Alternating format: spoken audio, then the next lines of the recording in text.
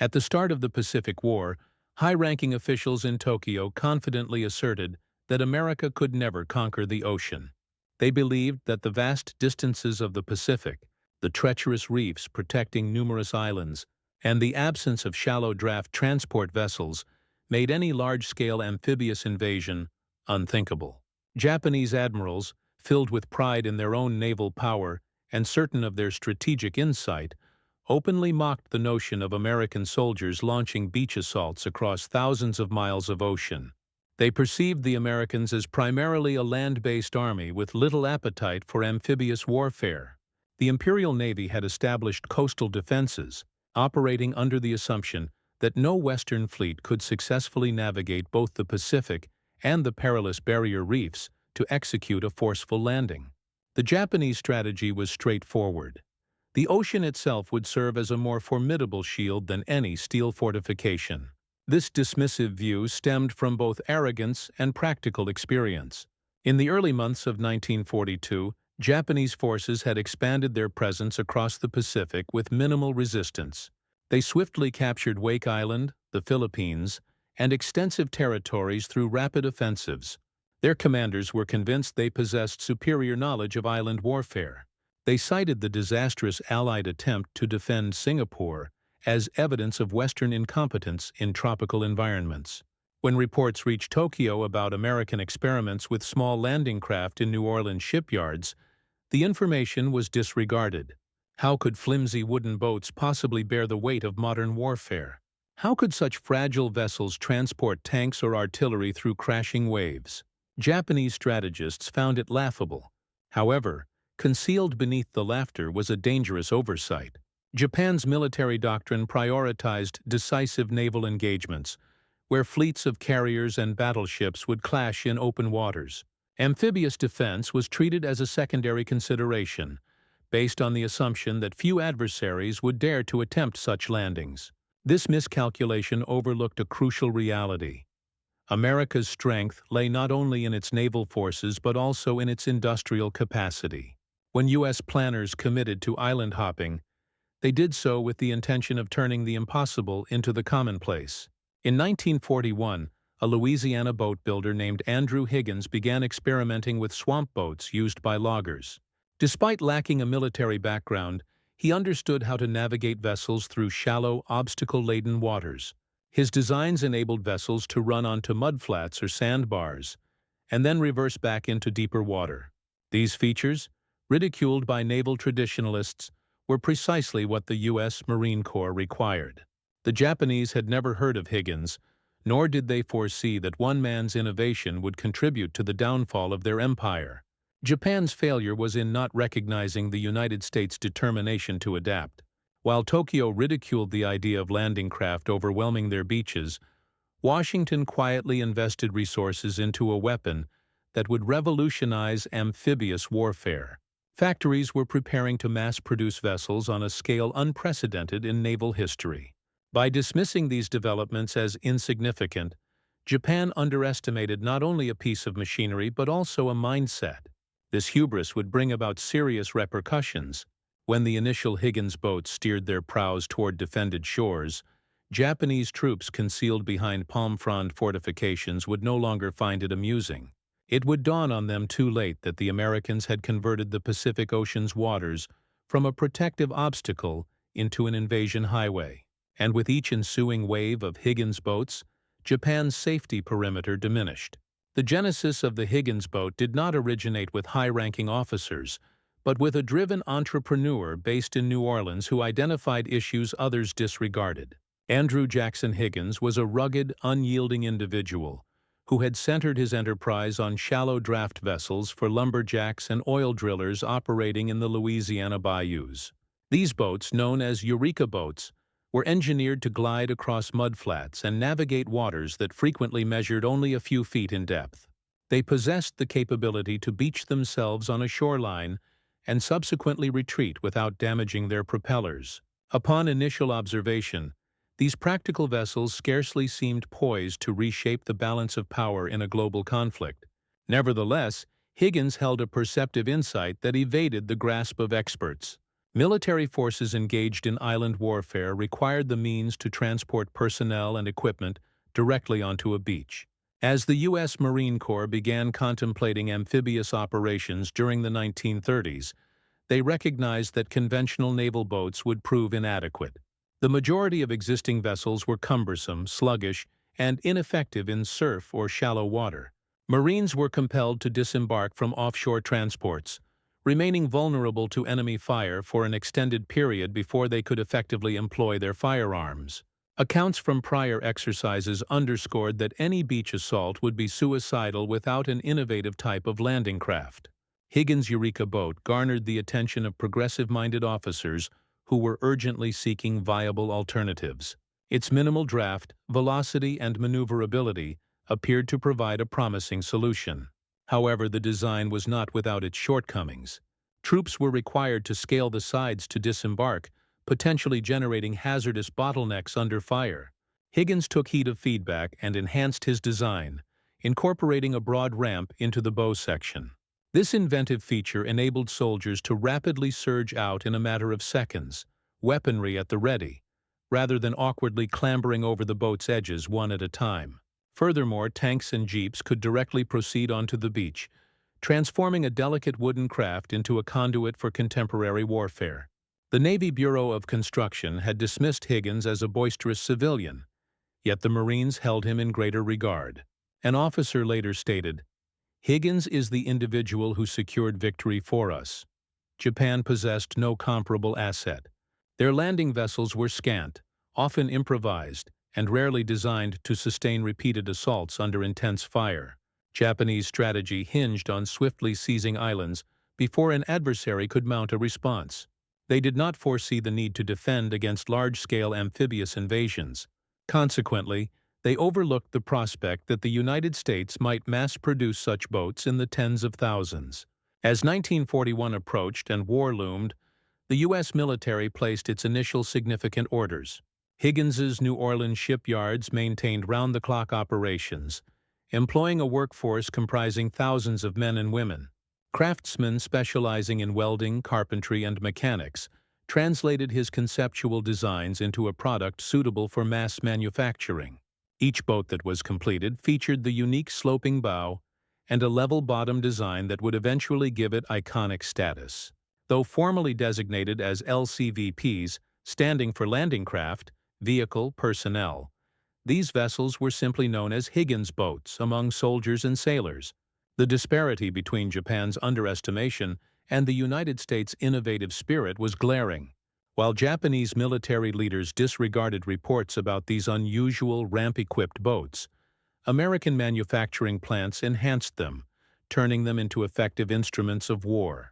Higgins himself boldly claimed that his boats possessed the capability to transform any narrow trench into a major thoroughfare. Before too long, this bold assertion would resonate throughout the Pacific region, as American armed forces readied themselves to convert enemy-held beaches into initial staging grounds on the path to Tokyo. The choice to evolve Higgins' concept from a promising early model to the core component of an amphibious military force necessitated a capability that solely the U.S. could furnish in the 1940s, manufacturing capability on an immensely grand scale. Once the Navy and Marine Corps officially recognized the LCVP as a standard piece of equipment, the government in Washington made a commitment to produce them, aiming for not just hundreds, but tens of thousands. Higgins Industries, situated in New Orleans, became the main hub for this massive undertaking, and soon additional factories located throughout the Midwest and South were incorporated into the project. Shipbuilding was no longer limited to shipyards situated along the coasts. Because the LCVP had a wooden structure and a straightforward design, workshops far from the sea could produce these boats in large numbers and transport them via rivers or railways. By the year 1943, Higgins Industries had grown to employ over 20,000 individuals, a number that seems remarkable when considering that the company had been a relatively small regional boat manufacturer just a few years prior. The workforce included women who had never previously used carpentry tools for shipbuilding, African Americans seeking equitable salaries within the wartime industrial sector, as well as immigrants who discovered a newfound significance for their particular abilities. The scene of numerous rows of partially finished boats arranged in formation in New Orleans turned into an emblem representing the American home front. While Japanese naval strategists had depended on geographical features to protect their empire, American laborers, including welders and carpenters, were subtly dismantling that defense, one boat at a time. Production proceeded without let-up. The boats were being completed from the beginning stages with raw timber to the finished product in less than 2 weeks. Certain workers would joke that they could almost smell the sawdust from one boat while they were applying paint to another. Higgins insisted on maintaining efficiency and occasionally found himself at odds with Navy officials, but his determination mirrored the pressing demands of the war. He broadened his operational footprint to include numerous production facilities, thereby establishing a production infrastructure capable of ensuring a sustained output.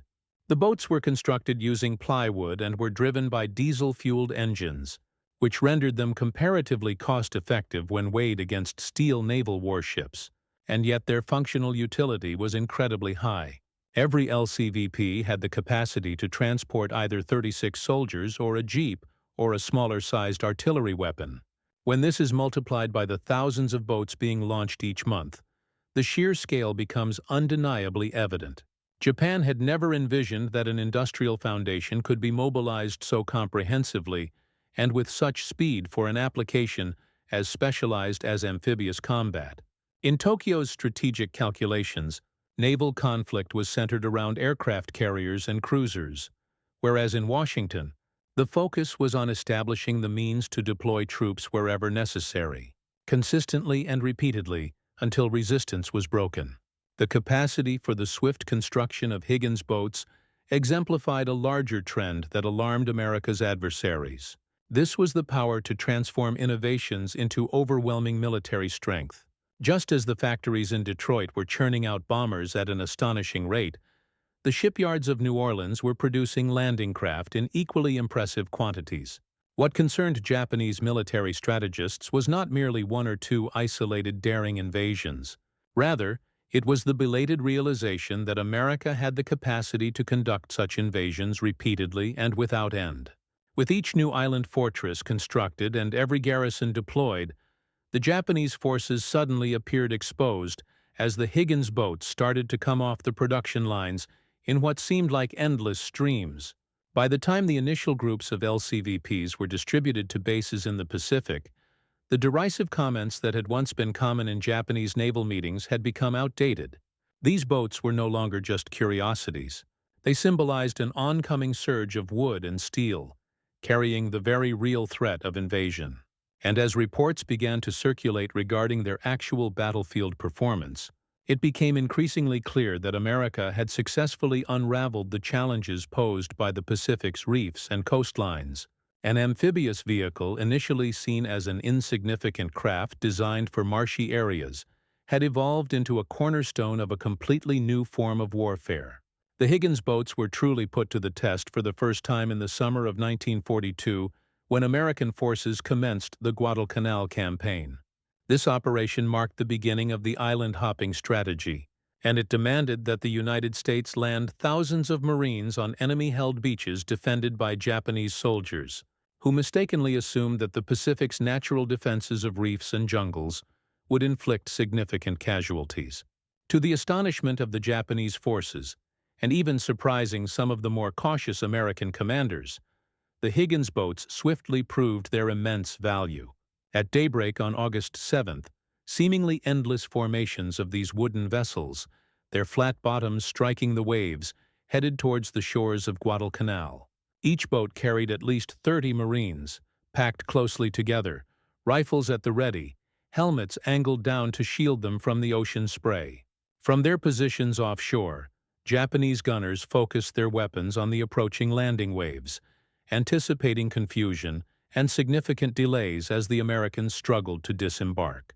However, the ramps of the Higgins boats dropped in a coordinated manner, and well-trained waves of Marines surged directly onto the beach. What had once required slow progress through the surf was now accomplished in a matter of moments. The continuous momentum of the landing carried the American forces straight to their objectives before the surprised defenders had a chance to reorganize. The Japanese officers, who observed the landings from their concealed bunkers, were utterly shocked. They had never encountered an enemy capable of landing not only troops, but also vehicles and artillery directly on contested beaches.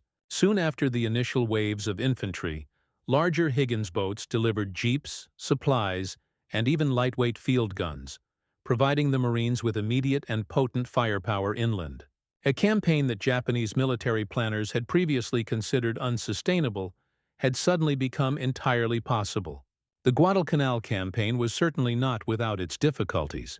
Japanese counterattacks, both at sea and on land, transformed the operation into a grueling 6-month battle. However, the initial landings themselves demonstrated a principle that would forever alter the course of the Pacific War. America now possessed a practical means of deploying substantial forces rapidly and repeatedly on hostile shores. The Higgins boat made the idea real and practical. Without it, the Marines would have suffered terrible losses just trying to get off their ships. News from Guadalcanal got to Tokyo, and even though they tried to hide the danger, secret papers showed growing worry. One Japanese Navy officer wrote that the enemy sends men and machines onto the beach as if the sea itself had turned against us. It was saying that the Pacific's natural protections were no longer good enough. The earlier jokes started to disappear as commanders in the field asked for more soldiers and new defenses on the coast to deal with this unexpected problem.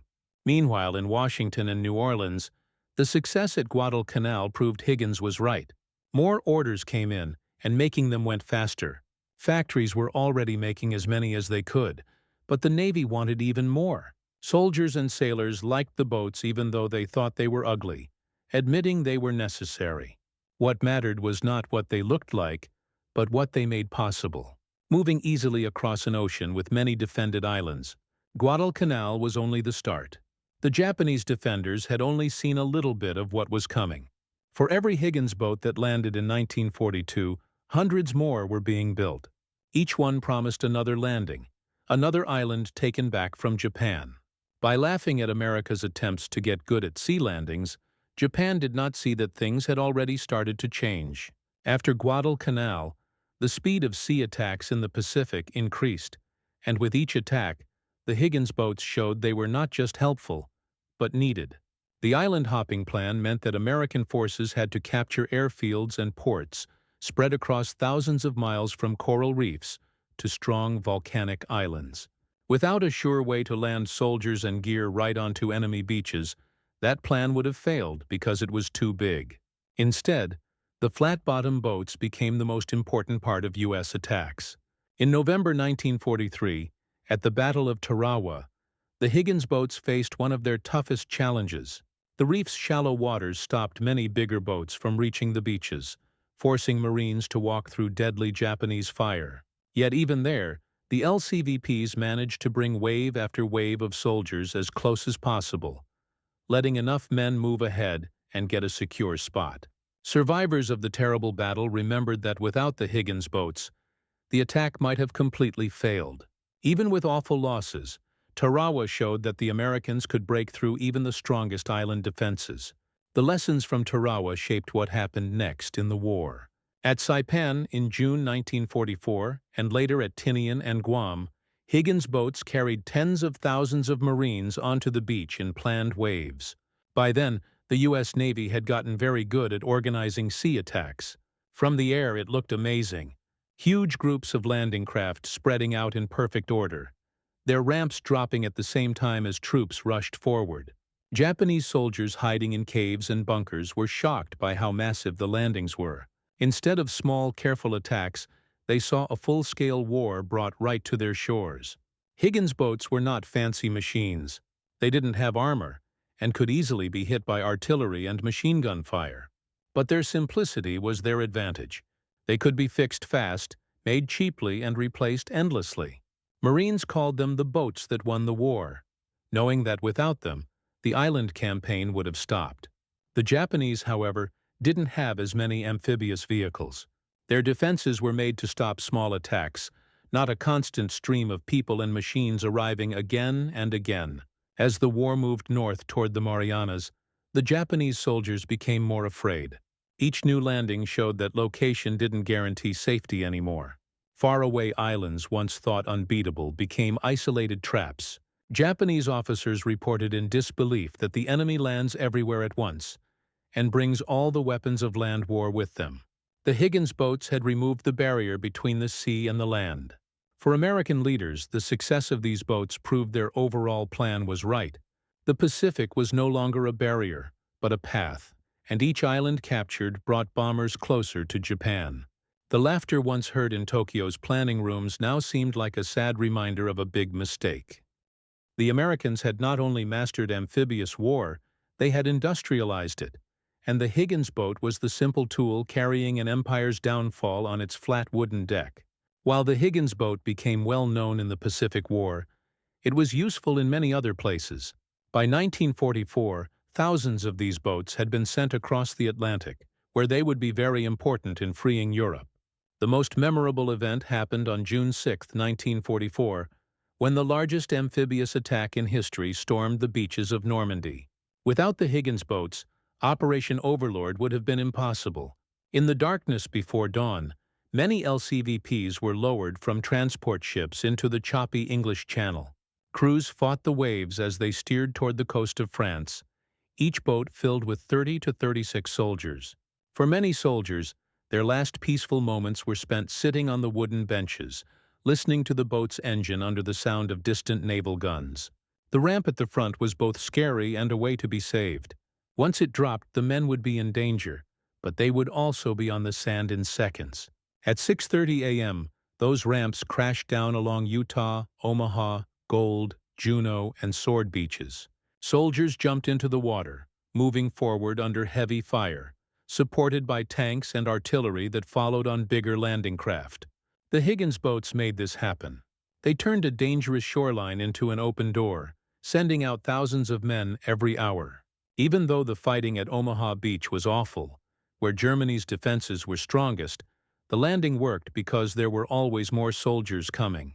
The design of the Higgins boat, how little water it needed, how well it could land and pull back fast, was tested in really tough conditions and proved it was very valuable. Eisenhower himself later said that without what Higgins made, winning in Europe might have taken longer or not happened at all.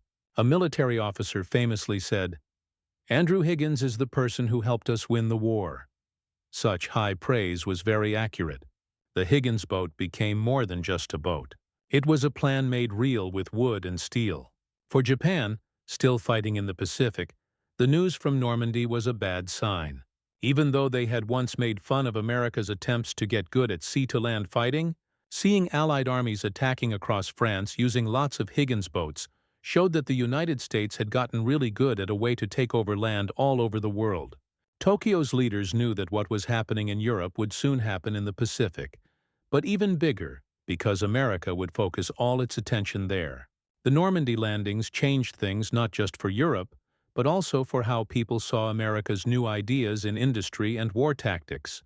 The Higgins boat had made it easy to go from sea to land on two continents. It was now obvious that wherever the Allies wanted to attack, they could bring a lot of force right to the enemy's land. For Japan, still holding on to its strong islands, this idea was scary. The laughter that had once mocked the small boats with ramps from New Orleans now seemed silly, drowned out by the loud noise of invading ships covering oceans. By the end of 1944, the Pacific War was at its most intense. The United States, now with the experience of Guadalcanal, Tarawa, and the Marianas, used its sea-to-land machines to attack the very center of Japan's defense area.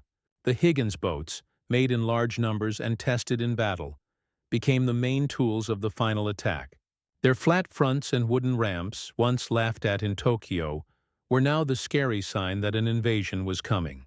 At Iwo Jima, in February 1945, over 450 Higgins boats moved quickly toward the island's volcanic shores.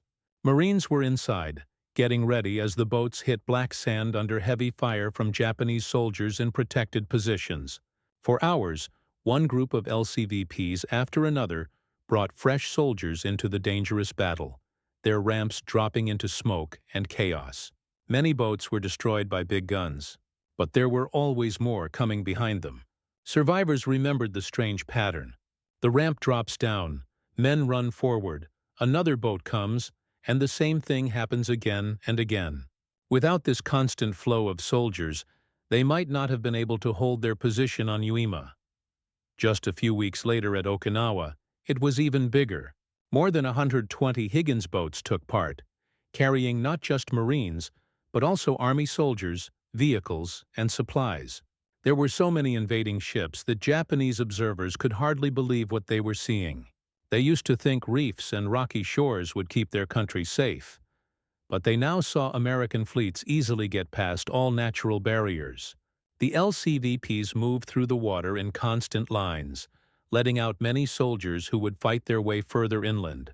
Japanese troops wrote in their journals about feeling hopeless when faced with this never-ending flow.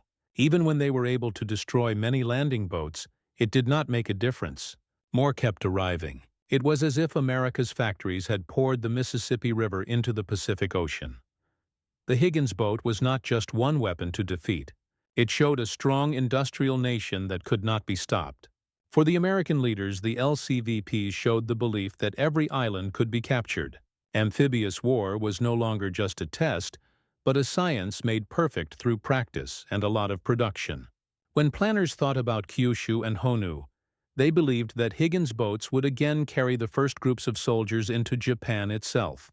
The Japanese leaders, knowing this was likely, prepared for an invasion that did not happen, only because the atomic bomb and the Soviet Union entering the war forced them to surrender first.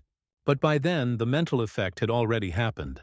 Just hearing about American fleets landing on beaches made Japanese defenses very afraid. What was once a joke about weak boats had become a terrible thought. A never-ending line of wooden boats hitting beach after beach until there was no empire left to protect. When the fighting finally stopped in 1945, the Higgins boat's importance was already clear.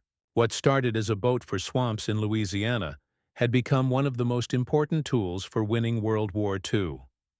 By the end of the war, more than 20,000 of these boats with ramps had been made and used in both the Pacific and Europe.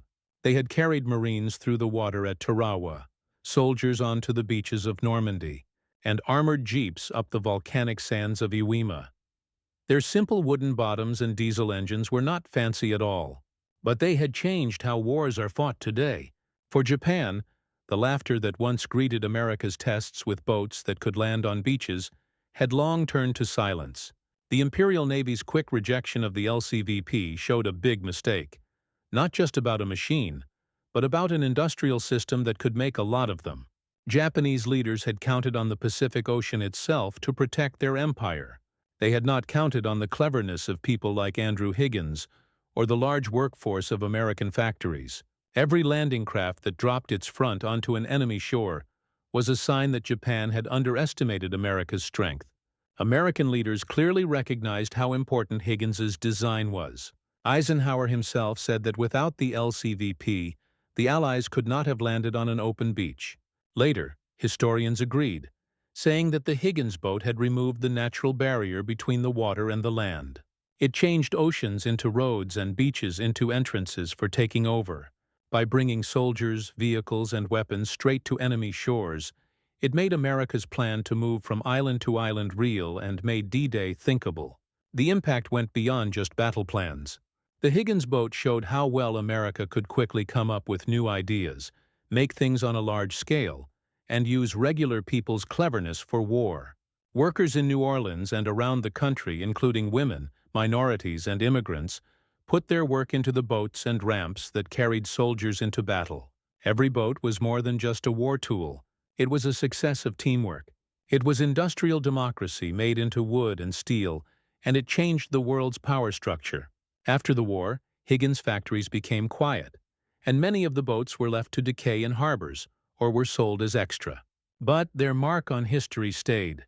Soldiers who had huddled inside them, scared as the ramps got ready to drop, never forgot how important they were. To them, the Higgins boat was both a safe place and a dangerous one, a place of fear, but also the thing that took them into battle, and for many, back home. Japan's error was to make fun of what they did not understand. They made fun of the small boats, saying they could not challenge the Pacific's defenses. But wars are rarely won by being too proud. They are won by those who come up with new ideas, change, and make things in a way that gets rid of all doubt. The Higgins boat was proof of that, and its story is written not in wood or steel, but in the memory of the beaches it captured.